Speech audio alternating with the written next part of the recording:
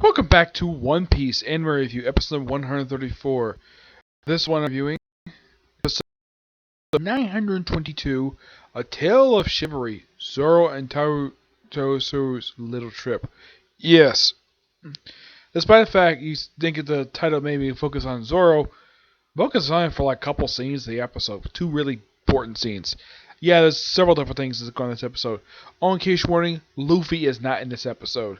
Yeah, it's probably by far, for an episode that's part of the Wano arc, Luffy has generally been in like every single episode so far.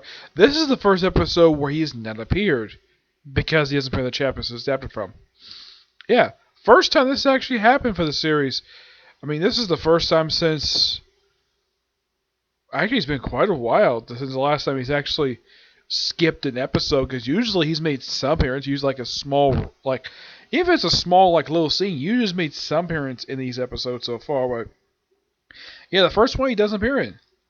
The episode itself adapts from the last page of chapter number 928. Yeah, that page was actually up for the ending of the episode, which I thought that was interesting. Yes. And they adapted pretty much like pages almost the entirety of chapter 929, pages 3 through 12, basically 10 pages. Those are the first, and now as for what happens this episode, okay, first we see Zoro, what he's up to this episode. It's the first time since the end of Act 1 he's actually appeared in the anime. Well, actually, he did appear a couple more times before this, but this is the first time he's featured for more than just one brief scene. He's at a gambling house, where he's gambling for money, though this is basically chips, basically at wood, though he gets money later. Yeah, and he's basically on a winning streak until he loses 2 straight bets. He objects this, so he basically notices okay, once is basically enough, but twice in a row, despite the fact he bet this particular number, despite the fact that's not the actual number that was there. Yeah, it turns out that the gambling house was cheating. Yep, Zoro discovers this by using his no sword style dragon twister to lift the table to show, yeah, there's a cheater. Yep, the manager's a cheater. He hired this guy to poke a needle through this basket table to move a dice. Yep. So then he pretty much then the manager's upset by this, has his security guards armed with swords, not with guns, swords because it's Wano, it's feudal Japan style, so swords, and Zoro proceeds to take one of the swords and then use one sword style Dragon Quake, where he proceeds to knock everybody out. And then basically he walks at the manager. Of course, the guy who's with him the whole episode, his name is Kajiro, who's probably the father of another character who's his story is going to be told a little bit later. Yeah. He tells him, like, hey, manager, my guy here basically has got a complaint, and he would like everything he's won up so far. So he gives him a bag of money, and he says, don't come back. And he says, don't plan to. And then we see him walking toward the flower capital, and that's the last I see of them. What's Frankie up to? Yep. He talks to his boss, and they kind of rearranged the order of this particular scene, because in the manga, this was a different order. You see, basically you have Frankie, who decides to, first he talks to his boss, who asks about the Kaido plans, and they got pawned off.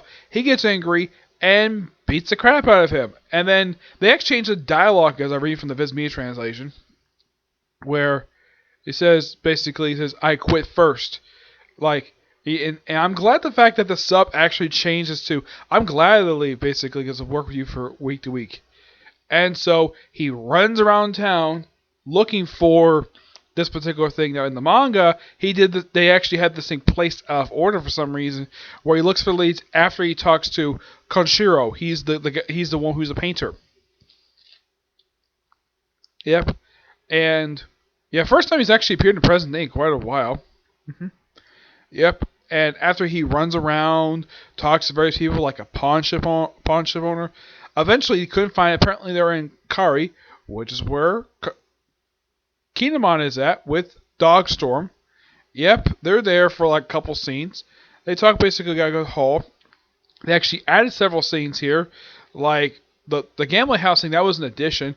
Another one they added where Zoro's got missing, where Nami's informed by it. Well, she appears in the episode. Oh, in case you're wondering, which Straw Hats do not appear in this episode? Well, they do have it. They do have Rob appear in the episode. Doesn't speak per se, but she does physically appear in the episode. So that's what I say most of the Straw Hats do, except for Luffy, Sanji, Usopp, and Brook. These four are the only ones who don't. Carrot appears. Yeah, they actually had a scene here because in the manga they actually had Warda and Carrot come back from like robbing a food storehouse and blaming out these particular thieves. Yeah, basically who's no colleague of theirs, who's reluctant to join them. In the anime, they actually added this scene here, which is fine. I think it's great they added this in. The whole thing with Nami, yeah, he's like, oh yeah, that's not surprising. And, excuse me.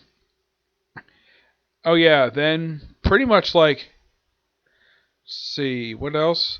Oh yeah, aside from having Momo's sister basically arrive at the banquet hall, that's the only thing you see of her in the whole episode. Just one brief little scene. You see Momo later.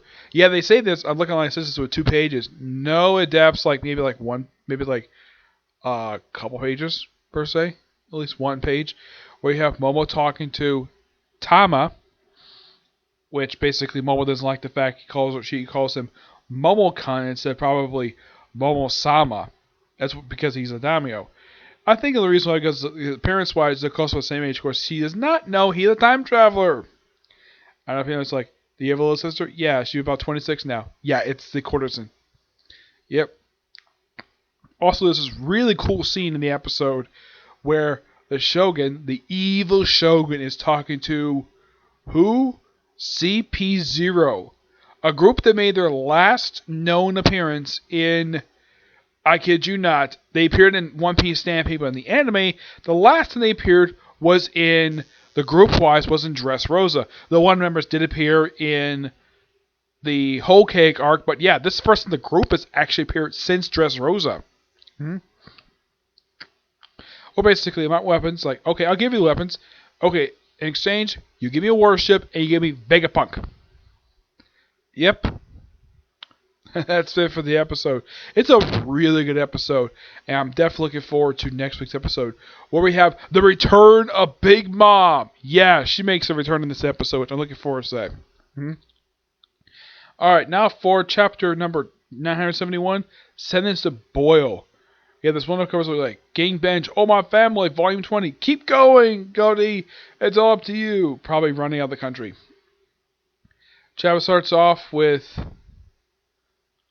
Momo's smoking hot mom. Yeah, with mom, and we see Kajura. Yeah, it's just basically just in a flashback. There's eating food, and basically we have the boiling thing. Basically, this big humongous pot of boiling. I think it's boiling oil. Yep. They have to go and it's like, I have a question, you give me a chance. This is imperative that I survive. Into the pot already, of course one of the guards tell him. You know, like what the... Of course, I think the guard gets kicked like, no, stay away. Like, 10 of us were into the pot together. If any of us would stand about boiling for a time you agreed upon, please let them go free. Lord, what is this? Withstand. Essential death sentence. Go get a clock to time. You have 1 hour. Yeah, this probably is a laugh. Let's see how long it lasts. Let's see it lasts so long. Time enough to get lightheaded in the bath.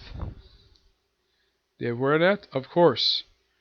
Can you trust the word of an emperor? Who knows? Like, is they give up? So, another guy basically, of course, Odin gets it and gets burned.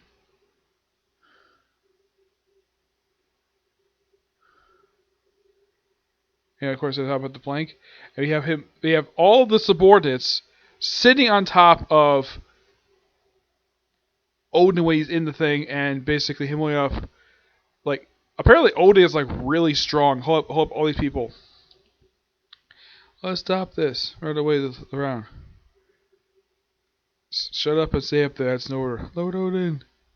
What's going on? Even his vessels aren't even touching the oil.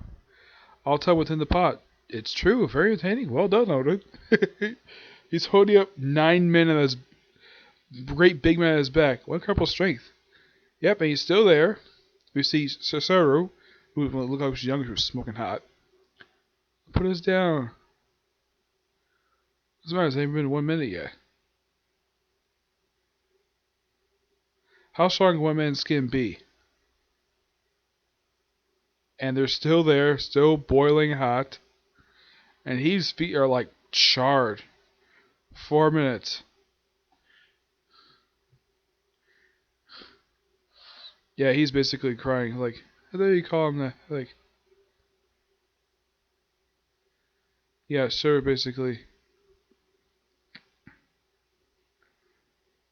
Snowbroom. I guess see. Alright, live in peace. If you lose Lord Odin now, you all come to understand how much misery he kept at bay. Odin is no shogun or dictator, or says he wanted to rule over the populace. If you ask me, every single person is guilty of persecuting the country clan. I took a shogun to drive the country to ruin, to complete my vengeance. Years ago, my grandpa committed a crime and was forced to commit shipbuckto, suicide. Our clan fell to ruin, and that was one thing. But the rest of the family was left behind and chased and terrorized. Yeah, basically, this is like generational sin things. So he wants to revenge the country for ruining his family. Yeah, that's pretty much what he always does. Then from a room in the back, he produced a tribute for Kaido, a great stock of weapons, and many hundreds of people, kidnapped people. They sold and tortured. Yeah. So Lord Order has chosen to accept Orochi's offer. They public dance in the buff. At the same time, every is an apology to the Kaiser clan. Then he would lose all of his standing. But he would save 100 Easter's lives with his dance. He had promised that 5 years later they would agree to sail away from the country when they were done building their ships. They travel from region to region every week, maintaining so nothing changed. For all these years, Lord Oda is protecting this land. Tell me again, who are you calling a fool of a lord? Interesting chapter.